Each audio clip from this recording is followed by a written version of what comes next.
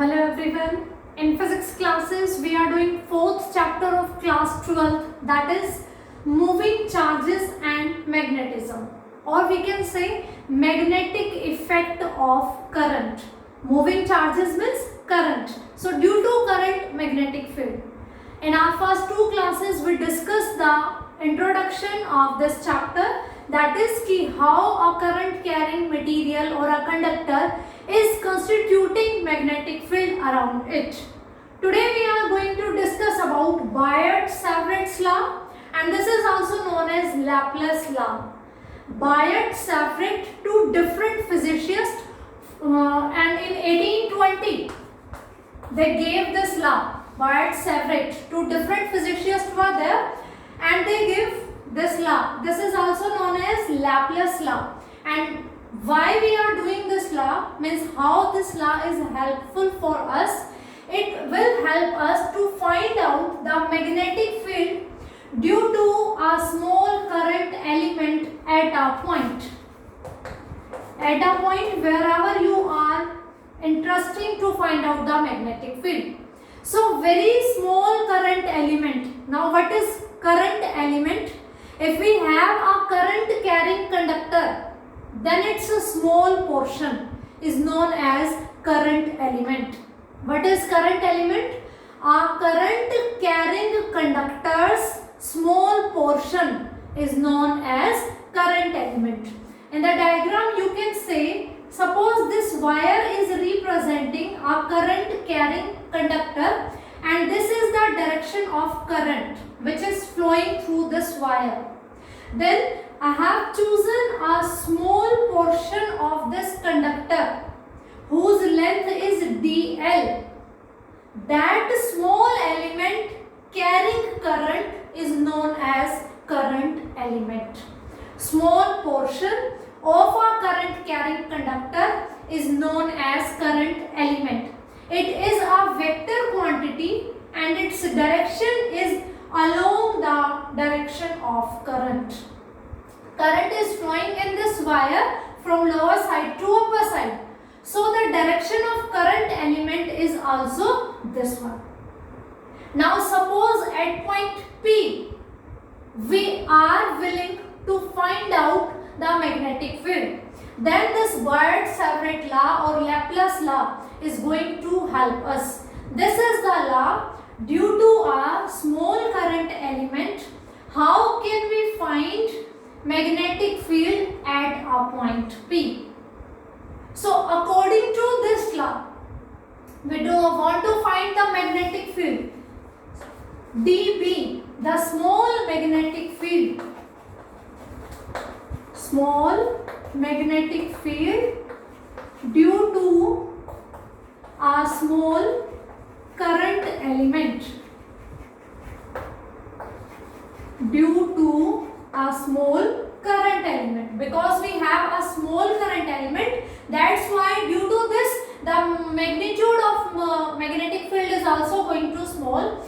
Then this dB, small amount of magnetic field due to this current element, is directly proportional to the current passing through this current element. According to this law, Biot-Savart law, the magnitude, or you can say the amount of magnetic field, if we talk about in the terms of magnitude only, it depends on the amount of current and it is directly proportional to the amount of current. So if more current is flowing through the wire, the magnetic field will be more, and if small amount of current is passing through this current element, then the magnetic field intensity will be small. Second thing, it depends on the length of current element. How, or you can say what is the size of current element due to which you want to find out the magnetic field intensity. So it is directly proportional. Directly proportional means both the physical quantities are going to increase simultaneously or decrease simultaneously. If this is increasing, this is also going to increase. If this is decreasing, this is also going to decrease. dB is inversely proportional to R square. What is R? R is the observation distance from the current element to the observation point P. R is what? Observation distance from current element to the observation point P. dB is directly proportional to sine theta, where theta is the angle between the current element direction and the direction of position vector, or you can say observation displacement. So the angle between these two directions, this direction and this direction, is theta. The amount of magnetic field intensity at this point will depend on sine of theta. Theta is angle between dl and r. It is inversely proportional to square of distance between the current element and the observation point. If we combine all these factors, then dB will directly proportional to I dl sine theta upon r square. Theta is angle between dl direction and r direction. We have to take sine of theta. If I remove this directly proportionality symbol, then get a constant of proportionality is I dl sine theta upon r square. So where k is constant of proportionality and its value depends on system of units and the medium where the current element is present, the medium between the observation point P and the current element. So this k is constant of proportionality.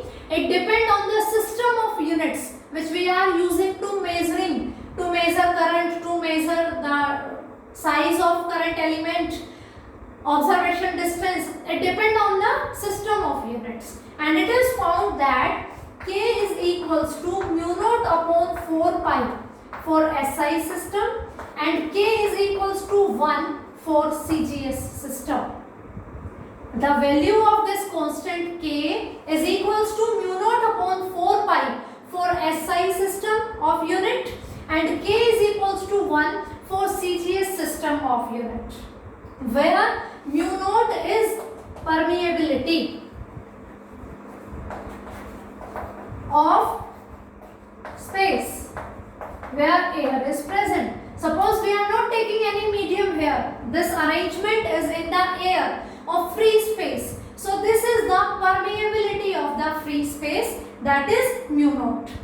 In electrostatic we have learned about the epsilon naught. Epsilon naught was the electrostatic permeability of the free space. Similarly, mu naught is the magnetic permeability of the free space or of the air. And its value, mu naught's value is 4 pi into 10 to the power minus 7. 4 pi into 10 to the power minus 7. Or we can say value of k is mu naught by 4 pi, that is equals to 10 to the power minus 7. Its unit we are going to discuss according to the formula. K is equals to mu naught by 4 pi. So mu naught by 4 pi is equals to 10 to the power minus 7. From here we can say mu naught is equals to 4 pi into 10 to the power minus 7. Now from this formula, k will be equals to what? dB into r square upon I dl sine theta. So value or unit of k, the unit of magnetic field is Tesla, distance square meter square upon current is ampere, dl size of the current element, that is in meter, and sine theta will not have any unit because sine theta is a ratio of perpendicular to the hypotenuse of a triangle. You can say it is a ratio of two length, so it will not have any unit. So this meter will cancel this meter squares 1 power and its unit will be Tesla meter per ampere. So this will be the unit of this mu naught. That is what? Tesla meter per ampere. Tesla meter per ampere. This is going to be the unit. That's why I am telling you this unit by the formula, so that you are not going to learn or to cram the formula for the K. K is constant of proportionality and its value depend on the system of units and it depend on the material present or the medium present there where we are finding out the magnetic field.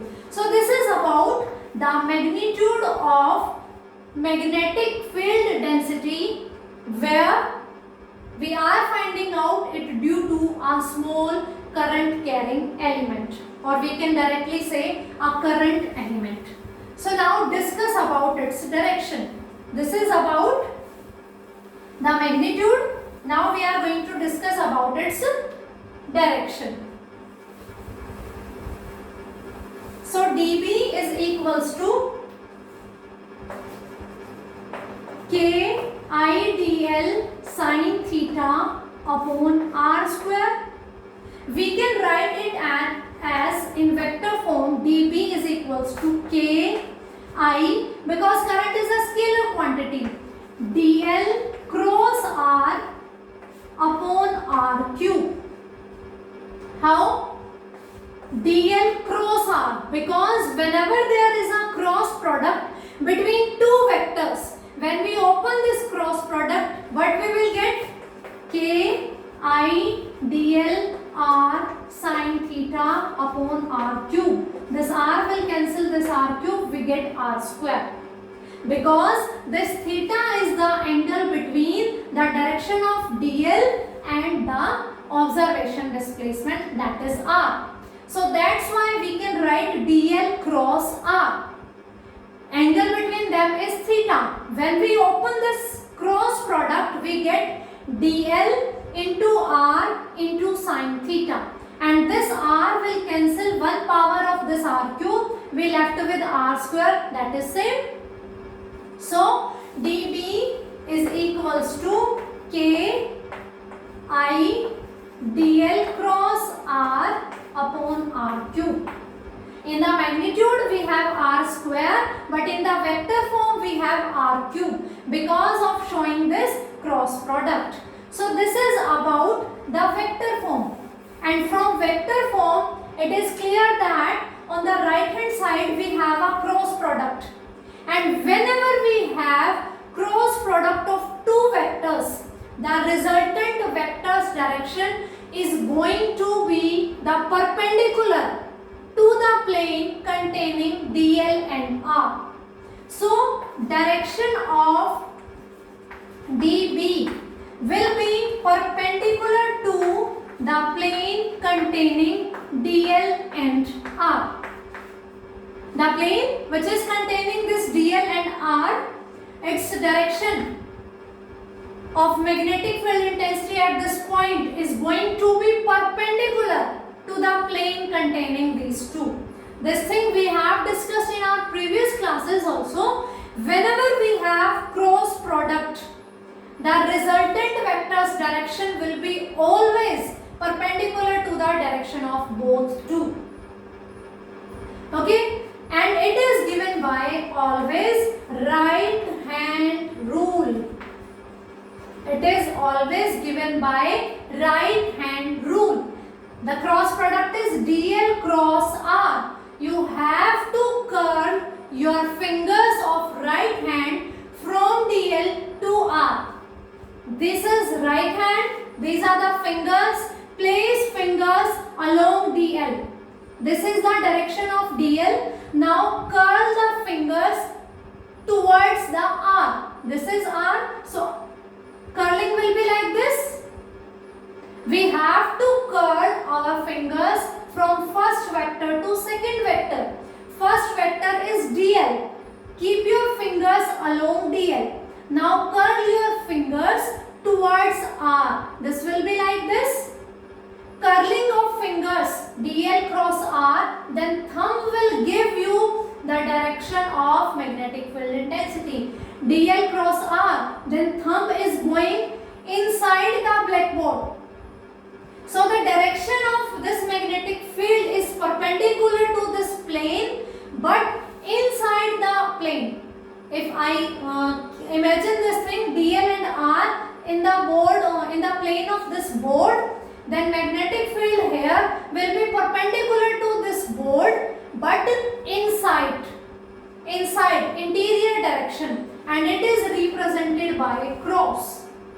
We have two notations, cross and dot. Both are showing perpendicular direction. Cross means inside and dot means outside. Means if somewhere cross symbol is there, that means that direction of field is perpendicular to the plane but inside. Perpendicular can be outside and perpendicular can be inside. Cross is showing perpendicular direction inside the board and dot is showing perpendicular direction outside the board. So direction of this magnetic field will be given by right hand rule. You have to curl your fingers from DL to R. Then stretch your thumb and that thumb will give the direction of magnetic field. So at point P, what will be the direction of magnetic field? You are curling your fingers from DL to R and thumb is inside the board. So here magnetic field will be perpendicular to the board but inside the board. Means from the back side. So cross and dot are the two representation of the magnetic field which are showing perpendicular direction. Cross inside and dot outside, perpendicular out of the board, and that is inside the board.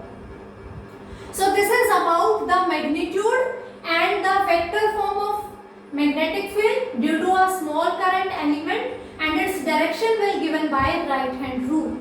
In physics or in chemistry, wherever you have cross product of two vector, then the resultant vector's direction will be given by always right hand rule. Now we are going to find out its different forms. Biot-Savart laws, different forms.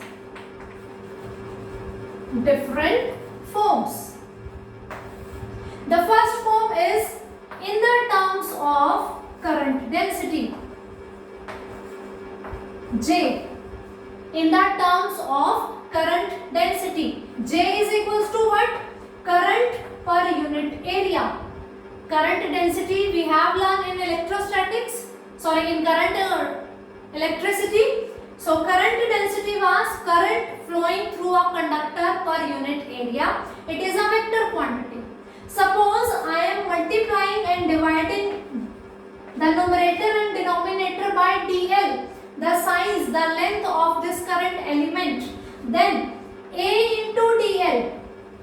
Area is the product of two-dimensional measurements, and we are multiplying it with one more dimensional thing, dl. So area two dimension into the third dimension measurement, it will give us the volume. So it will be I dl upon dv. I dl upon dv. So from here I dl will equals to j dv. It will be equals to j dv. So in this formula, replace this I dl by j dv. So how can we write it as? In the terms of current density, it will be given by dB is equals to k j cross r upon r cube into dV. So this will be given by this thing. I dl will replace by j into dV. Biot-Savart law in the terms of current density. We have applied the definition of current density and then multiplying and divided by the size of current element, that is dl. In the denominator, area into length will give us the volume. So from here, this volume will multiply here. JdV is equals to IdL. Replace this IdL by JdV. So this is the another form of Biot-Savart law. Now one more form is here in the terms of charge. This is in the terms of current flowing through the current element, and now we will discuss it in the terms of charge. We know current is equals to charge upon time. Rate of flow of charge per unit time is known as what? Current. So multiplying dl on both sides, q upon dt into dl. I have multiplied dl here and here also. No effect will be there because this dl will cancel. Now we can write it as q into dl by dt. dl by dt, rate of change of this displacement with respect to time, will give us the velocity. So IdL is equals to charge into velocity. Now we can replace this IdL by q into v. So dv will equals to k q into v cross r upon r cube. This will be v cross r upon r cube.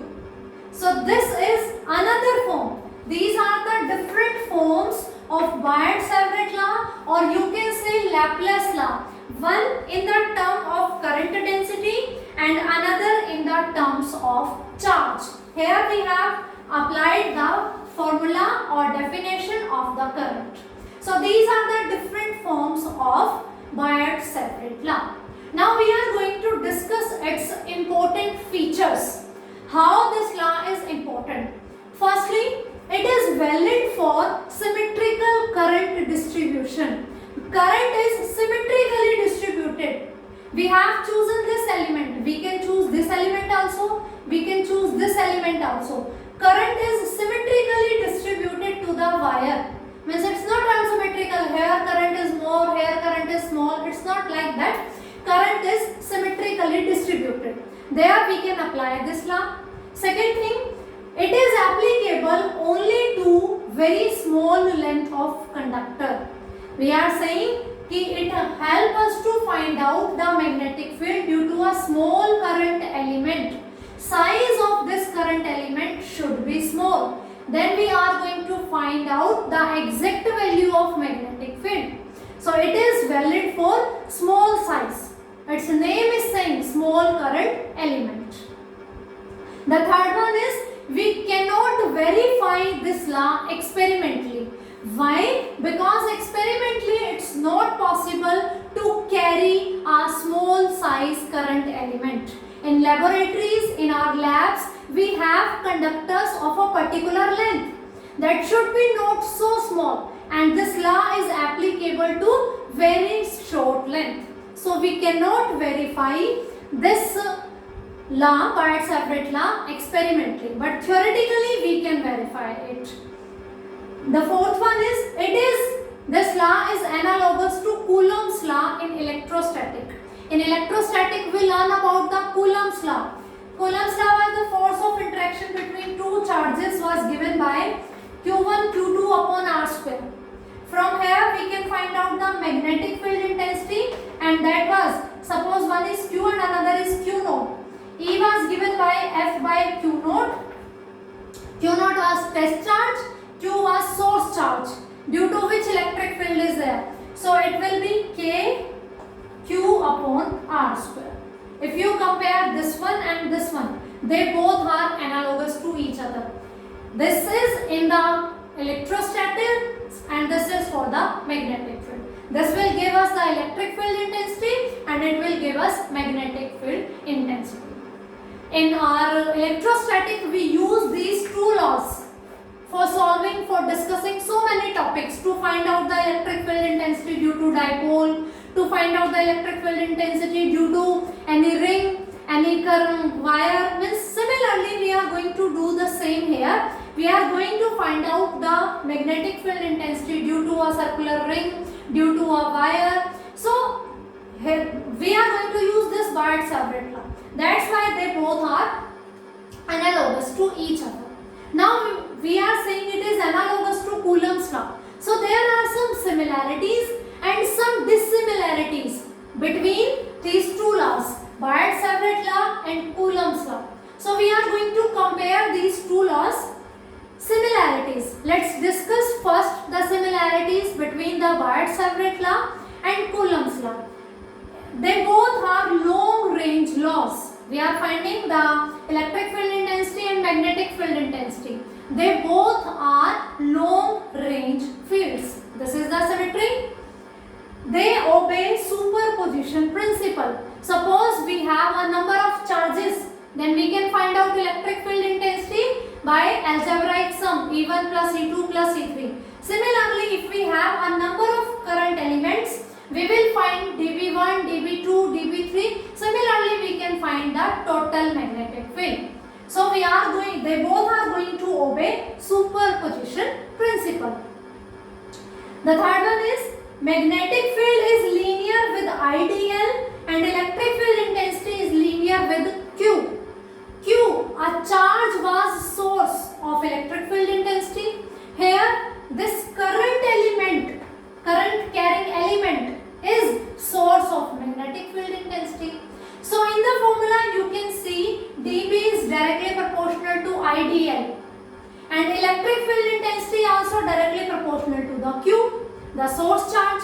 It is also directly proportional to its source, current element. It is also directly proportional to its source, the charge. So this is all about the similarities between two laws, Biot-Savart law and Coulomb's law. Both are long range forces, long range fields. Both obey superposition principle. In our previous chapter electrostatic, we have discussed the superposition principle so many times. Magnetic field is linearly depending on its source, that is current element. Similarly, electric field intensity is also linearly depending on its source, that is charge. Now we will discuss the dissimilarities between these two laws. The first one is E produced by scalar source and B is produced by a vector source. Magnetic field is produced by this current element and current element is a vector quantity. But electric field intensity was produced by a charge, that was due to a charge, and charge is a scalar quantity. So this is dissimilarity, they are not matching here.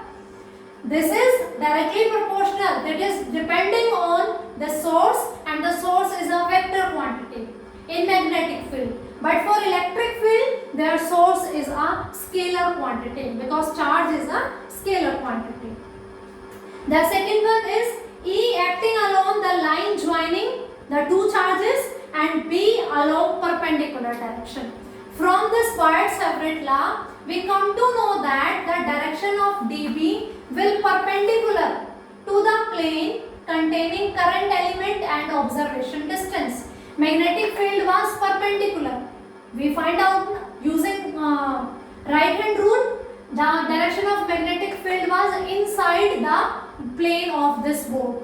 But electric field intensity, electrostatic force of interaction, they were depending on the line joining the two charges, source charge and test charge. They depend on this one. So this was the direction of electrostatic force of interaction or electric field intensity. That direction is along the line joining, and here the magnetic field direction is perpendicular to the DL and R both, size of current element and the observation distance. This is along the line joining two things. This is along the perpendicular direction joining these two things. So this is also a dissimilarity. The third one is E is independent of theta but B is dependent of theta. Between DL and R, this magnetic field intensity is depending on theta. This is what I dl sine theta upon R square. Magnetic field intensity is depending on the orientation where you are observing the magnetic field at point P, at point Q, at point R, where you are moving. It depends on the theta. But it is not in the case of electric field intensity. They does not depending on the observation distance, the orientation. They does not depend on theta. But yes, magnetic field intensity is depending on the theta. So this is all about the Biot-Savart law. Remember this thing, its another name is Laplace law, and it is used for finding out the magnetic field due to a small current element. This is the vector form, and dB is equals to K. Let me write it clearly. dB is equals to K ideal sine theta upon R square. You can write it as in magnitude form, in direction form, where K is equals to mu naught upon 4 pi. Its value is 10 to the power minus 7, and that is Tesla. We have discussed the unit also, and what was the unit? Tesla meter per ampere. Then we discussed the two different forms of the Biot-Savart law, important features of the Biot-Savart law, and similarity and dissimilarity between Coulomb's law and this Biot-Savart law. I hope this concept is clear to you. So for today this is sufficient. Next thing we are going to discuss in our next class. Thank you.